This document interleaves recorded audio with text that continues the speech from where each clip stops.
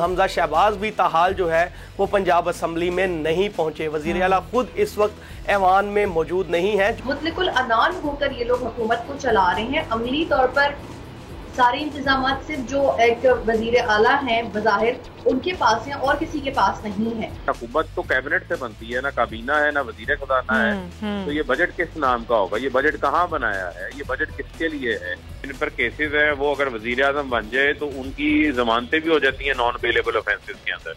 Budget 2022 तो 23 पेश कर दिया गया है। सूबों के बजट आ रहे हैं और अगर हम बात करें पंजाब की तो पाकिस्तान का सूबे पंजाब जहां पर हुकूमत के तब्दील होने के बाद से लेकर अब तक इंतजामी और सियासी मामला ताहाल सियासी लोड शेडिंग का शिकार नजर आते हैं। जहां एक जानब इत्तेहादियों के साथ मिलकर वजारतों की तकसीम तो दूसरी तरफ स्पीकर पंजाब असम्बली और अपोजिशन की मज़ाहिमत का चैलेंज दरपेश है। वहीं 30 साल इक़्तिदार का तजुर्बा होने के बावजूद अभी तक पंजाब हुकूमत ताहाल सूबाई वजीर खजाना का फैसला नहीं कर सकी। सियासी मोहब्बत और क़यामत से क़यामत तक कायम रहने वाले इत्तेहाद की बुनियाद पर पैदा होने वाली नौमौलूद हुकूमत के इत्तेहादी पीपल्स पार्टी और मुस्लिम लीग नून में वजीर खजाना के नाम पर ताहाल इत्तेफाक नहीं कर सके हैं। मगर इसके बावजूद खुद मुख्तारी के खाली खूली नारों से आवाम को बहकाने के लिए वफाक में नाम नेहाद रिलीफ के बाद अब पंजाब हुकूमत ने बगैर वजीर खजाना के पंजाब में ठुस मईशत के फुस बजट को तैयार करने का एक शाहकार अपने नाम कर लिया। दरअकीकत इस मखलूत हुकूमत के पास वक्त है न माली और मालियाती ज़राए जिसके बल पर वो मईशत की बुनियादी कमजोरियों को दूर करने के लिए कोई दूरस इक़दाम करते। बस एक मुआशी खन चक्कर है और ऊपर से IMF के अहकामात। एक बार फिर लैपटॉप के नाम पर पंजाब के नौजवानों को लॉलीपॉप दिया जाएगा तो दूसरी तरफ महंगाई के पहाड़ तले दबे आवाम के लिए आटा चीनी घी पर 200 अरब सब्सिडी का एक गुमशुदा दलासा भी तैयार किया गया है। सूबे को बिजली मिले या ना मिले मगर सोलर के नाम पर रियायती मरहम आवाम की जली हुई उमंगों पर लगाने के लिए हुकूमत तैयारियां मुकम्मल हैं। क्या पंजाब के बजट की प्लानिंग में लंदन वाली सरकार की प्लानिंग भी शामिल है? वजीर खजाना की गैर मौजूदगी में ब्यूरोक्रेसी का तैयार करदा बजट कैसे अवामी बजट हो सकता है? और माजी की हुकूमत पर तनकीद करने वालों के बजट पे भी क्या अब जादू टोने और जिन्नात के जरिए तैयार किए जा रहे हैं? ये सवालात हम उठाएंगे। आज के KP का बजट पेश किया गया, पंजाब का बजट अभी तक तातुल का शिकार है, उसके पीछे इख्तलाफात हैं, डेडलॉक है, इस पर बात करेंगे। हमें ज्वाइन कर रही हैं सीनियर सहाफ़ी हैं, तज़ियाकार हैं जवेरिया सिद्दीकी, उनको भी हम वेलकम कहते हैं। जवेरिया बहुत शुक्रिया। और हमें ज्वाइन करें ब्यूरो हेड लाहौर खावर अब्बास। जरा उनसे पहले लाहौर की सूरत हाल जानते हैं। भाई पंजाब के बजट में इतनी देर क्यों हो रही है, क्यों अभी तक पेश नहीं किया जा सका? खावर, डेडलॉक क्या है? बातचीत नहीं हो पाई, मामला सेट नहीं हो पाए, क्या खबर है?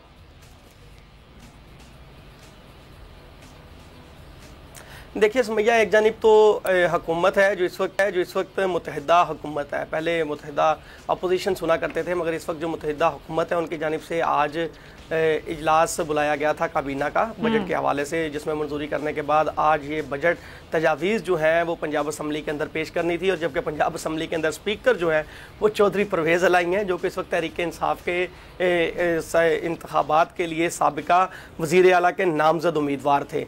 तो इस वक्त सूरत हाल गुमगू का शिकार है। 2 बजे का वक्त था इजलास बुलाने के लिए, पंजाब असम्बली के अंदर घंटियां भी बजाई गई मगर ताहाल जो बजट के तजावीज़ पेश करने के लिए इजलास होना था वो शुरू नहीं हो सका क्योंकि इस वक्त एडवाइजरी कमेटी की मीटिंग चल रही है। जबकि दूसरी जानिब जो हस्बे आदत और हस्बे मामूल हमजा शहबाज भी ताहाल जो है वो पंजाब असम्बली में नहीं पहुंचे। वज़ीर आला खुद इस वक्त ऐवान में मौजूद नहीं है जो कि ऐवान का सरबराह होता है। और जो डेडलॉक की आपने बात की, बिल्कुल डेडलॉक बरकरार है। स्पीकर पंजाब असम्बली जो चौधरी परवेज़ अलाई हैं और दूसरी जानिब एडवाइजरी कमेटी में राजा बशारत है, मियां महमूद रशीद हैं तहरीक इंसाफ की जानिब से, जबकि मुस्लिम लीग नून की जानिब से खलील ताहिर सिंधु हैं, अहमद अली खान हैं और मुख्तलिफ जो उनके नुमाइंदगान हैं, राना मशहूद हैं, जो इस वक्त तय करने की कोशिश कर रहे हैं क्योंकि जो असम्बली मुलाजमीन हैं उन पर मुकदमात का इंदराज किया गया था हुकूमत की जानिब से, उनकी गिरफ्तारियां अमल में लाई गई थी और असम्बली के अंदर जो झगड़ा हुआ था उसके हवाले से भी गुज़श्ता रोज़ जो है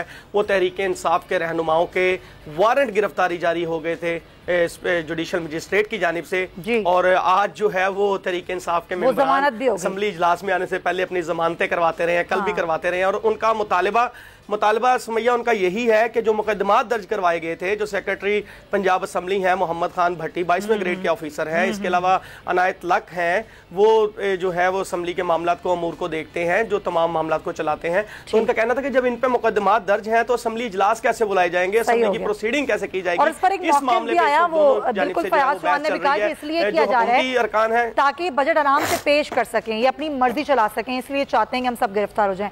पॉइंट एक है जवेरिया, पंजाब की सूरत हाल हमारे सामने है, ना कोई काबीना तश्कील पा सकी, ना वजीर खजाना थे, उनके बगैर ही बजट तैयार हुआ, वो दस्तावेज तैयार हुई, अब उसमें क्या ही रिलीफ होगा। और फिर जो मामलात एक डेडलॉक का शिकार है पंजाब में, क्या लग क्या रहा है आपको, ये कोई सेटलमेंट हो सकती है यहाँ पर?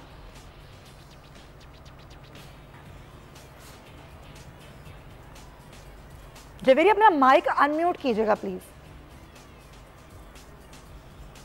जी ऐसा लगता है। अस्सलाम वालेकुम अस्सलाम। इन्होंने एक खेल बनाया हुआ है ईवान को भी, और इसके साथ साथ जो है कानून साजी को भी एक मजाक बना दिया गया है कि बस वजीर आला बनाने की इतनी जल्दी थी कि ये नहीं देखा कि आगे क्या होगा। सही बात। अब इतनी चीजें मेस्ड अप हैं जब आपकी काबीना मौजूद नहीं है एक तरीके से, और वैसे भी आपको ये चीज पता है कि मुस्लिम लीग नून की ये आदत है कि ये लोग एक एक शख्स बहुत सारे कलमदान अपने पास ही रख लेता है, 5-6। अभी तक जब एक सूबे में जो सबसे बड़ा सूबा है आबादी के लिहाज से, वहां पर वजीर खजाना ही नहीं मौजूद, तो फिर क्या अवाम की फलाह और बहबूद की जो है वो बात होगी। दूसरा, कानून साजी के हवाले से भी चीजों में तात्तुल आएगा, क्योंकि जिस तरह आपके खुद जो है वो ब्यूरो चीफ ने बताया है कि ये चीज बहुत इंपॉर्टेंट है कि वहाँ पे जितने सेक्रेटेरिएट के लोगों के ऊपर मुकदमे हुए थे उनका क्या हुआ, उनके घरों के अंदर घुसा गया था, उनके घर वालों को हरासा किया गया था, क्या वो लोग वापस काम पे आए, क्या वो लोग अब डरे सहमे हुए तो नहीं है। ये चीज भी जो है वो बहुत काउंट करती है। मुतलकुल अनान होकर ये लोग हुकूमत को चला रहे हैं। अमली तौर पर सारे इंतजाम सिर्फ जो एक वजीर आला हैं बज़ाहिर उनके पास हैं और किसी के पास नहीं है। अब जब आपके पास काबीना नहीं है तो ये बजट किसने बनाया, क्या फरिश्ते आकर इन चीजों को जो वो यहाँ पर कर कैसे होंगी ये चीजें, और अवाम का इसमें किस हद तक ख्याल रखा जाएगा। 2000 रुपए वाली हुकूमत है, बस 2000 रुपए के रिलीफ की बात करी जा रही है। तो मुझे ऐसा लगता है अभी जो ये अपना बजट पेश करेंगे, ये कहा जा रहा है कि अवैस लगारी जो है वो बजट को पेश करेंगे पंजाब के, तो मुझे लगता है कि लॉलीपॉप जो है वो आवाम को दिए जाएंगे, क्योंकि जहां पर गवर्नेंस सही तरीके से ना हो रही हो, जहां पे सिर्फ वन मैन शो हो, जहां पर काबीना जो है वो एग्जिस्ट ना करती हो, वजीर खजाना मौजूद ना हो, तो आप संजीदगी का अंदाजा लगा सकते हैं कि ये जो नई हुकूमत है आवाम की खिदमत में कितना संजीदा है। अच्छा, एक तो ये चीज, दूसरी ये कि बिल्कुल कोई रिलीफ नहीं था। IMF के लिए बजट बनाया गया, IMF की हिदायत पर ही बजट बनाया गया, लेकिन IMF को ये बजट पसंद नहीं आया। अब IMF जो है वो केस भी रिलीज नहीं कर रहा, और IMF ये कह चुका है कि जी जो आपने बजट बनाया इसमें मजीद आपने लोगों पर बोझ डालना था महंगाई का। और आप ये देखें जवेरिया कि जैसे ही बजट आया है, डॉलर कितना ऊपर गया, रुपया कितना गैर मुस्तहकम हुआ, स्टॉक मार्केट कितनी गिर गई, यानी कि मुल्क की हालात कितने मजीद बदतर हो रहे हैं इस बजट के आने के बाद। मिनी बजट तो आ चुका है, चाहे बिजली की कीमतें हों, पेट्रोल की कीमतें हों, घी की कीमतें हों, अशिया खुर्दोनोश हों, सब्जियां हों, फल हों, आसमान को बातें कर रहे हैं। मैं तो अक्सर एक बात कहती हूँ कि हमें IMF की क्या जरूरत है। हमारे तो हुक्मरानों के बच्चे 8वीं 9वीं क्लास में लंदन में फ्लैट बना लेते हैं, तो अगर यही लोग अपने असासे मुल्क में वापस ले आए तो मेरे ख्याल में मुल्क को कर्जे की जरूरत ही नहीं पड़ेगी कि इनके बच्चे इतनी सरमायाकारी यहाँ पर ला सकते हैं। हमें तो कोई जरूरत ही नहीं होगी कशकोल लेके जो है वो एक एटमी मुल्क का जो है वो सरबराह फिर रहा है और ये चाह रहे हैं कि हमें इमदाद मिल जाए। ये मेरे ख्याल में सबके लिए बहुत शर्म की बात है कि हम वो वाहिद इस्लामी कुव्वत हैं जो कि एटमी रियासत है, और हमारी मैशत के ये हालात हैं कि जहां हमारा नया वजीर आजम जा रहा है तो उसकी ये उम्मीद होती है कि वहां से कुछ जो है वो उनको मिल जाए, रिलीफ पैकेज वगैरह। तब तक जो है अपने दोस्त ममालिक की तरफ देखते रहेंगे, खुद कब हम मुआशी तौर पर जो है वो खुद इन्हिसारी का शिकार होंगे। और जितने मुसलमान जिनके ऊपर फर्द जुर्म आयद होनी थी और केसेस चल रहे थे, मेरे ख्याल में अगर उन्हीं के केसेस का फैसला करके उनसे रिकवरीज करवा ली जाए तो बहुत हद तक खजाना बढ़ जाएगा, और हमें इस तरीके से जो है अशराफिया के अयाशियों के लिए IMF के पास जाना नहीं पड़ेगा। ये पैसे आपके और मेरे लिए नहीं लिए जाते, गरीब आवाम के लिए लिए जाते, ये अपने लिए लिए जाते हैं। अगर ये अपनी महंगी महंगी गाड़ियों में सफर करना छोड़ दें, ये लेना छोड़ दें, फ्यूल लेना छोड़ दें, अपनी तनख्वाहें ना लें एक साल, तमाम अरकान असम्बली ये कह दें कि ऐसा हो ही ना जाए कहीं। सही बात है। और ये जो आप बात कर रही हैं कि रिकवरी हो जाए, रिकवरी करवाएगा कौन? अब है ही कौन जो रिकवरी करवाए इनसे पैसों की? इमरान खान साहब को तो उन्होंने हटा दिया है, अब है कौन? आप बताएं ना, इस पाकिस्तान में कौन मौजूद है जो इन लोगों से रिकवरी करवाएगा? जी सुमैया, आज एक कंटेंट क्रिएटर है ऑन के नाम से, उन्होंने एक वीडियो लगाई हुई थी कि प्रोसिक्यूटर कैसे जो है वो उसको वो करेगा कि जब वो ये देखता है कि गवाहान को भी मार दिया जाता है और जो प्रोसिक्यूटर होते हैं उनको भी दिल के दौरे आ जाते हैं। तो मेरे ख्याल में इन चीजों की वजह से बहुत बदली है उन लोगों में जो कि बड़ा ईमानदारी से अपना काम कर रहे थे, जो कि करप्शन को सामने ला रहे थे, लेकिन जिस तरीके से सब चीजें समेट के लपेट के इनके आगे पेश कर दी गई तो उससे जो है बहुत से लोगों को सदमा हुआ है और उनका जो मोरल है वो नीचे गया है। क्योंकि क्या इनको कोई ऐसे लोग नहीं मिले थे कि जिनके केसेस ना होते, जिन पे फर्द जुर्म आयद होने वाली ना होती या जो जमानतों पे बाहर ना होते? क्या जमात के अंदर एक ऐसा शख्स नहीं था नीट एंड क्लीन या कम करप्शन वाला कि उसको आप कुर्सी दे? बिल्कुल आप सही कह रही हैं, और ना सिर्फ ये बल्कि पीटीआई के ही लोगों पर दर्ज किए जा रहे हैं। फारूक हबीब साहब से बात करते हैं, पाकिस्तान तहरीक इंसाफ के रहनुमा हमारे साथ हैं। फारूक साहब बहुत शुक्रिया। एक तरफ तो आप लोगों के खिलाफ मुकदमात दर्ज हो रहे हैं, जमानतें करवा रहे हैं पंजाब में, पंजाब का बजट अभी तक तो उन्होंने पेश नहीं किया, बगैर वजीर खजाना के बजट तैयार हुआ है, और कौन है वजीर खजाना ये भी किसी को नहीं मालूम, ना काबीना बनी अब तक। देखिए, बुनियादी तौर के ऊपर पंजाब में तो वजीर आला नाम की भी कोई चीज नहीं है। पंजाब हुकूमत में तो बड़ा सख्त पंजाब में आईनी बहरान है, और ये पाकिस्तान का सबसे बड़ा सूबा है। पाकिस्तान की 60% आबादी, 12 करोड़ लोग जो है उनका ताल्लुक पंजाब से है, और जिस अंदाज से पिछले 60 रोज से पंजाब के अंदर ये दीगा मुश्किल जारी है, इसका कोई ना कोई हल निकलना चाहिए, सोल्यूशन निकलना चाहिए। अब जो पंजाब के वजीर आला का जो इलेक्शन है उसका जो केस है वो केस अदालत में लगा हुआ है, और हमजा का हलफनामा हो तो फैसला एक दिन में आ जाता है। वज़ारत आला का फैसले के लिए बेंच ही टूट जाता है, कभी एक बेंच पे जाता है मामला, कभी दूसरे बेंच पे जाता है मामला। तो ये बड़ा अहम है कि जहाँ पर 20 लोग ये डी सीट हो गए, वहाँ ज़मीनी इंतखाबात आ रहे हैं, 5 मखसूस नशिस्तों के डी सीट हुए, इलेक्शन कमीशन ने वो नोटिफिकेशन रोक दिए, खिलाफे आइन खिलाफे कानून रोक कर सिर्फ हमजा शहबाज को नाजायज तौर के ऊपर फायदा पहुंचाया गया ताकि उसकी हुकूमत जो है वो कायम रहे। लेकिन हुकूमत तो कैबिनेट से बनती है, ना काबीना है, ना वजीर खजाना है। तो ये बजट किस नाम का होगा? ये बजट कहाँ बनाया है? ये बजट किसके लिए है? इस बजट का आवाम के लिए तो कोई फायदा नहीं है, ना वफाकी बजट का कोई फायदा हुआ है, ना पंजाब के बजट का होगा। तो लिहाजा मैं समझता हूँ हर सतह के ऊपर ये नाकाम नजर और ना सिर्फ ये जो वफाकी बजट पेश किया गया, जो बनाया गया IMF की हिदायत पर बनाया गया, लेकिन IMF खुश ही नहीं हुआ फारूक हबीब साहब। IMF ने तो मुस्तरद कर दिया, IMF कह रहा है कि वो बजट ही नहीं है जो हम चाह रहे थे। देखिए, बुनियादी तौर के ऊपर इन्होंने जो चेरी ब्लॉसम पॉलिश हाथ में पकड़ी हुई है और कह रहे हैं कि और चमकाएं और चमकाएं, ये चमकाते जा रहे हैं। मामला सिर्फ ये है कि अवाम का नुकसान तो ना करें, पाकिस्तान का नुकसान ना करें। आज डॉलर 205 रुपए क्रॉस कर गया, 60 रुपए पेट्रोल महंगा हो गया, स्टॉक मार्केट गिर गई, गैस महंगी हो गई, स्टॉक मार्केट में अरबों डॉलर डूब गए लोगों के। इनको ख्याल ही नहीं आ रहा। जब आप देखें कि मुल्क के अंदर, मुझे बताएं कि इमरान खान का अल्टरनेट शहबाज शरीफ, हमजा, जरदारी, फजलुर रहमान, ये इमरान खान का अल्टरनेट नहीं है। ये आपने मुल्क को उस जगह पर ले गए हैं जिससे मैं समझता हूँ वापसी बहुत मुश्किल होगी। और जिस अंदाज से आए रोज मैशियत गिरती जा रही है, सरमायादार का कॉन्फिडेंस गिरता जा रहा है, आपकी एक्सपोर्ट्स नीचे आने लग गई, तफसीला से ज़र नीचे आने लग गए, आपकी सीमेंट की सेल्स नीचे आने लग गई, हर सेक्टर में बुरा हाल है और इतनी गैर यकीनी की सूरत हाल है, कोई बंदा अपने कारोबार में पैसा लगाने को तैयार ही नहीं है। और महंगाई का एक तूफान आ गया है। सिर्फ एक हफ्ते के अंदर 24% सेंसिटिव प्राइस इंडेक्स आया है, जो कीमतों के अंदर इजाफा हुआ है। तो आम आदमी कैसे बर्दाश्त करेगा? आम आदमी की तो सकत ही नहीं है गरीब आदमी की पाकिस्तान के अंदर। तो इमरान खान की दौर में जो मैशियत के नंबर आए, एक्सपोर्ट्स बढ़ रही थी, सनतें नहीं लग रही थी, खिदमात के शोबे में इजाफा हो रहा था, पैदावार में, फसलों की एग्रीकल्चर ग्रोथ में इजाफा हो रहा था। अब इन्होंने फर्टिलाइजर के ऊपर टैक्स लगा दिया है। अब फर्टिलाइजर पे जो टैक्स लगा है उससे खाद महंगी हो जाएगी, खाद महंगी होगी, किसान खाद का काम इस्तेमाल करेगा खेत में, उससे जो है वो फसल की पैदावार में कमी होगी, फसल की पैदावार में कमी होगी तो आपको इंपोर्ट करनी पड़ेगी, जिससे आपको फिर रुपए में प्रेशर आएगा, डॉलर महंगा हो जाएगा।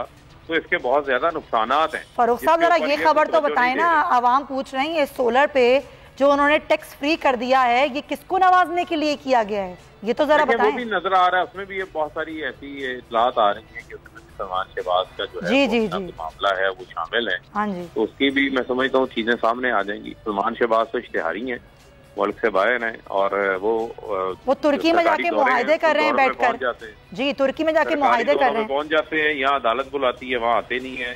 साइकिल चोर की जमानत नहीं हो सकती इस मुल्क के अंदर। इस मुल्क के अंदर जिसने किसी का कोई गटर का ढक्कन चुरा लिया है उसकी जमानत नहीं हो सकती। जिसमें कोई किसी दुकान से डबल रोटी उठा के भाग गया भूख की वजह से, उसकी जमानत नहीं हो सकती। लेकिन 16-16 अरब रुपए के जिन पर केसेस है वो अगर वजीर आजम बन जाए तो उनकी जमानतें भी हो जाती हैं नॉन बेलेबल ऑफेंसेस के अंदर। तो ये ऐसा मजाक बनाया हुआ इन्होंने कानून का और इंसाफ का और आइन का। ऐसे तो मुल्क आगे नहीं चल सकता। फारूक साहब, एक रूसी सफीर ने इंटरव्यू में गुफ्तगू की है, जरा सुनवाना चाहूंगी कि उन्होंने क्या कहा कि इमरान खान की हुकूमत क्यों गई थी। फिर जरा इस पर आपसे बात करते हैं, जो सुनाइएगा। फारूक हबीब साहब, सुना आपने, वो ये कह रहे हैं कि इसी वजह से, यानी कि जो इमरान खान साहब ने दौरा रूस किया इसी वजह से उनकी हुकूमत गई। ये रूसी सफीर कह रहे हैं। जी फारूक साहब, ये तो खत में भी लिखा हुआ था, ये तो साइफर में भी लिखा हुआ है कि इमरान खान रशिया का दौरा क्यों किया। इमरान खान ने रशिया का दौरा इमरान खान ने अकेले नहीं किया था, बल्कि इमरान खान ने रशिया का दौरा तमाम स्टेक होल्डर्स के साथ मिलकर किया था। मुल्क के वसीतर मफाद में किया था, सस्ते तेल के लिए किया था, सस्ती गंदम के लिए किया था, सस्ती गैस के लिए किया था। और वहां पर जो है वो पाकिस्तान की दफाई जो जरूरियात हैं उसके लिए किया था। उस पर तमाम स्टेक होल्डर्स ऑन बोर्ड थे। लेकिन इमरान खान को जो है वो अमेरिका ने इस बात की सजा दी है, और इमरान खान को सजा देने के बजाय जो हमारे ऊपर लाकर नाफज किए गए हैं वो तो पाकिस्तान की अवाम को सजा देने वाली बात है। अपने कपड़े बेचने थे इन्होंने, अवाम के कपड़े उतार के बेचे, तो बहुत बड़ा नुकसान किया है अवाम का इन्होंने। और मैं समझता हूँ कि इसका हिसाब होगा, और जो भी इसके साथ शामिल है सबका हिसाब होना चाहिए। बहुत सही है, बहुत शुक्रिया आपका फारूक हबीब साहब हमारे साथ है। जवेरिया, आप क्या कमेंट करेंगी? जाहिर है ये सफ़ीर ने कहा, इससे पहले भी ऑफिशियल कई बयानात आ चुके हैं खुद रूस के कि ये वजह बनी कि इमरान खान की हुकूमत ने दौरा किया रूस का और इसी वजह से उनकी हुकूमत चली गई। ये बड़ा इम्पोर्टेंट पॉइंट है। मैं आपको ये बताती चलूँ कि जो हिंदुस्तान है वो जंग के बावजूद रूस से जो है वो सस्ता तेल ले रहा है। इसके अलावा और दीगर अशिया भी जो है वो रूस से उनके मुल्क में आ रही हैं। उन्होंने तो कोई मुआहदा मंसूख नहीं किया, या उन्होंने तो कोई सिफारती दबाव अपने ऊपर नहीं आने दिया कि वो रूस से तेल ना लें। जब कुछ लोगों ने इस चीज़ पे एतराज़ किया कि जी यूक्रेन का साथ दें, रूस का साथ ना दें, उनको फाइनेंशियल जो है वो नुकसान होना चाहिए, तो हिंदुस्तान ने ये कहा कि हमारी आवाम को सस्ता तेल चाहिए और सस्ता तेल रूस से मिल रहा है। तो वही हमारे मुल्क में कौन इतना सगा बैठा हुआ है अमेरिका का कि जो सस्ता तेल रूस से यहाँ नहीं आने दे रहा। क्या हमें दूसरे मुल्कों की मफादात देखने चाहिए या अपने मुल्क के मफाद को पहले मद्देनजर रखना चाहिए? दूसरी जो आपने सलमान शहबाज वाली बात की, मुझे बहुत हैरत हुई कि शरीफ खानदान के वो बच्चे जो कि मफरूर हैं वो ये कह देते जी हम तो इस मुल्क के शहरी ही नहीं है, ठीक है, लेकिन जब उनके वालिदैन यहाँ पर जो है सदर, वजीर आजम, वजीर आला, वटेवर जो भी बन जाते हैं, तो वो फौरन जो है वो सरकारी दौरों में उनके साथ शिरकत करते हैं और बिल्कुल भी उनको इस चीज में कोई आर महसूस नहीं होती कि वो अदालत से दूर है, अदालतों में पेश नहीं हो रहे, ना पाकिस्तान के कानून का एहतराम कर रहे हैं। लेकिन के तौरों पे अपनी बिजनेस डील के लिए या अपनी पीआर के लिए वो अपने वालिदैन के साथ फौरी तौर पे आ जाते हैं। इन्हें हमने सऊदी अरब में भी देखा, हाँ जी, इन्हें हमने तुर्की में भी देखा। और ये निज़ाम इंसाफ से भी एक सवाल है कि उस शख्स को यहाँ बुलाया क्यों नहीं जाता जो कोई भी बहाना करके यहाँ से चला जाता है। हाँ बिल्कुल, ये कैसे बहाने हैं कि एक शख्स है जो कि सजा याफ्ता है वो आता नहीं है और बाहर बैठ के हर दौरे में शिरकत कर रहा होता है। जवेरिया, बड़ा आम पॉइंट आपने उठाया है, बहुत शुक्रिया आपका। खावर अब्बास, आपका भी बहुत शुक्रिया। मुल्की मईशत की सूरत हाल की बात करेंगे कि IMF मान नहीं रहा, बजट आ गया, उसके बाद डॉलर रेट क्यों बढ़ा और स्टॉक मार्केट क्यों नीचे गई है। हमारे साथ खुरम शहजाद साहब मौजूद हैं, माहिर मुआशियात हैं, उनसे हम माहिराना उनकी राय लेंगे, लेकिन इस ब्रेक के बाद।